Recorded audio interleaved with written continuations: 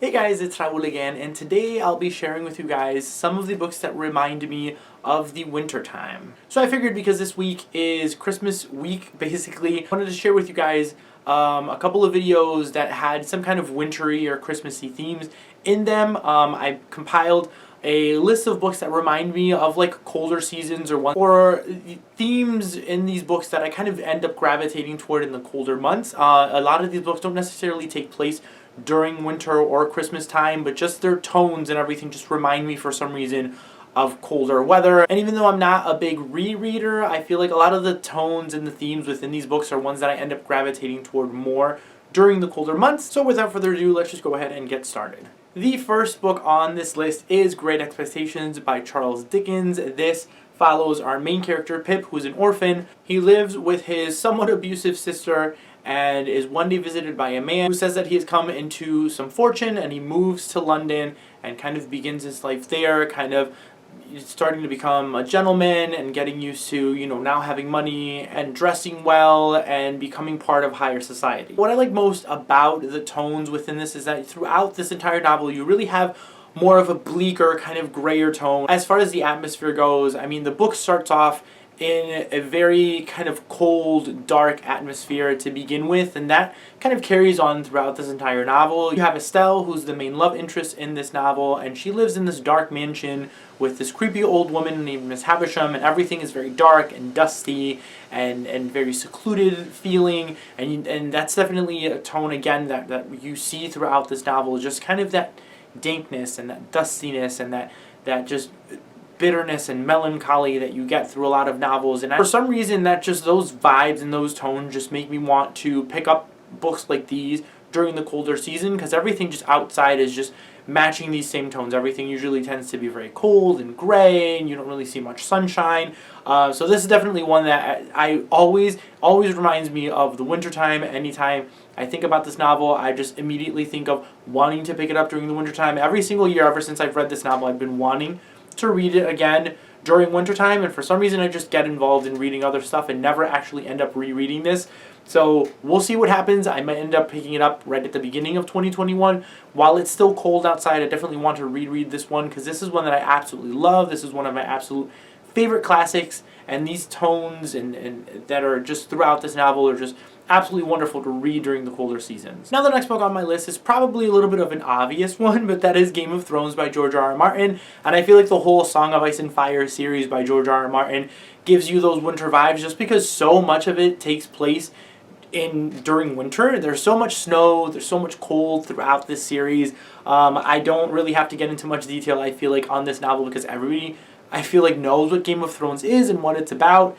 Now that the series is over, everybody's kind of watched that, even though a lot of the things are different within the book from the TV show. I still recommend the books, even though I personally will not finish reading them, just because George R.R. Martin tends to kill off all of my favorite characters, and at one point I just told myself, if this one character dies, I don't think I'm going to continue on with the series, and then I find out in book 5 that this one character that I really love dies, and I just refuse to finish book 5 and finish that series because I just don't want to read about that one favorite character dying. But either way, if you guys don't mind having, favorite characters die on you and having your heart gutted in these types of ways, then I still recommend this one.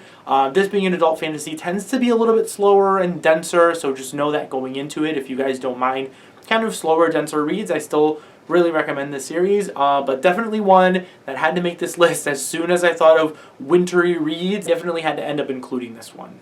Now another series that I have on this list is Odd Thomas by Dean Koontz. This is the first book in a, I believe, 7-book series by Dean Koontz, one of my favorite ones of him. It follows our main character, Odd Thomas, who can see ghosts, and ghosts don't talk. They kind of show him things, but they're not able to speak, and he has to kind of solve these mysteries throughout these books that revolve around certain ghosts that he can see. I believe one of the books in this series actually takes place during the wintertime, which is why I immediately thought of this series when I thought of kind of wintry feeling reads.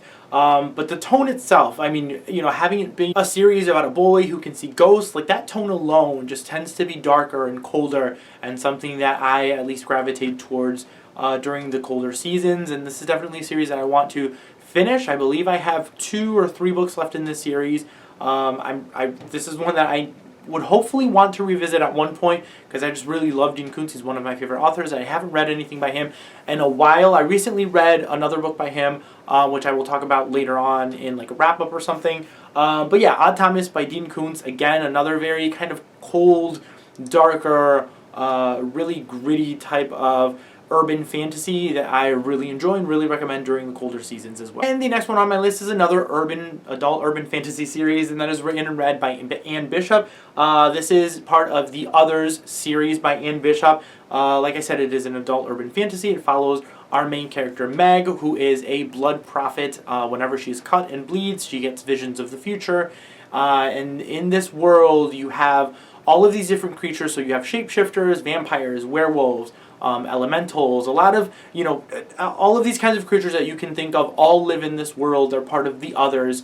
And Meg, being human, is being taken prisoner, and she's part of this group of girls that is being used for their abilities to tell the future. So Meg, at the very beginning of book 1, she escapes from one of these facilities and seeks refuge at one of the compounds of the Others. So the Others live in these compounds, these very large gated communities, and she seeks refuge in one of them. She ends up befriending one of the members of the Others, and then everybody in this community ends up taking a real liking to her. So they end up starting to protect her. They see her kind of as a pet because it's rare to have humans in this world at this point in time. But there's a lot of wintry feels in this one as well, especially in this first book. You get a lot of snow at one point. I believe halfway through the book it becomes wintertime, so you get a lot of snow and coldness and darkness throughout this series. That definitely reminds me of wintertime. I read this first book a few years ago during wintertime, and it was the perfect read during the winter time. I absolutely ended up loving this book.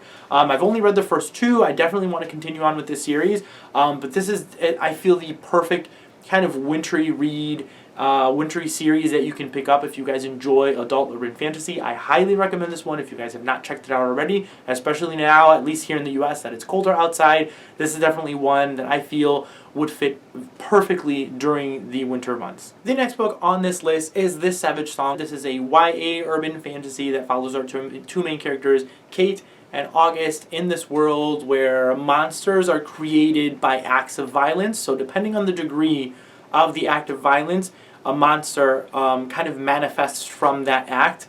So the tone and the vibe throughout this one is another one that's very dark, very gritty. I don't believe there's much snow or wintertime from what I can remember, but the tone itself just reminds me of wintertime just because it's colder feeling. It's very dark.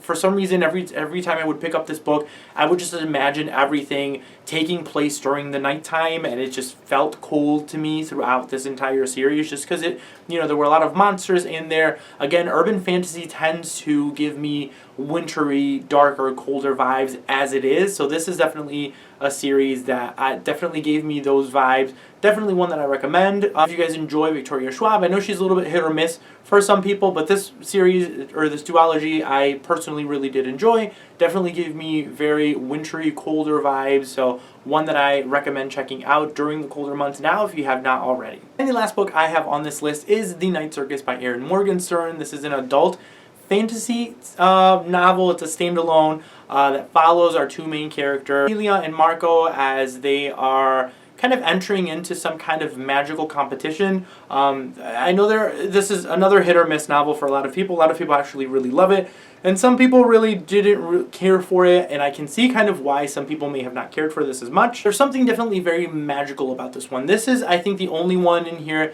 that gives me kind of wintry vibes for different reasons. A lot of the other books gave me wintry vibes because they tend to be darker and very somber, and this one just gave me wintry vibes just because it felt so magical. You have this night circus, only comes out at night, and then these people kind of go in to visit the circus, and just the descriptions and everything throughout it were just so beautiful, and for some reason I could picture everything covered in a blanket of snow while these descriptions were going on, and I absolutely loved that about this novel. It's just that kind of magical feeling that you have throughout the relationship between Celia and Marco, and everything that's going on with this strange competition that not even they know really what's going on between this competition and why they share this connection some way.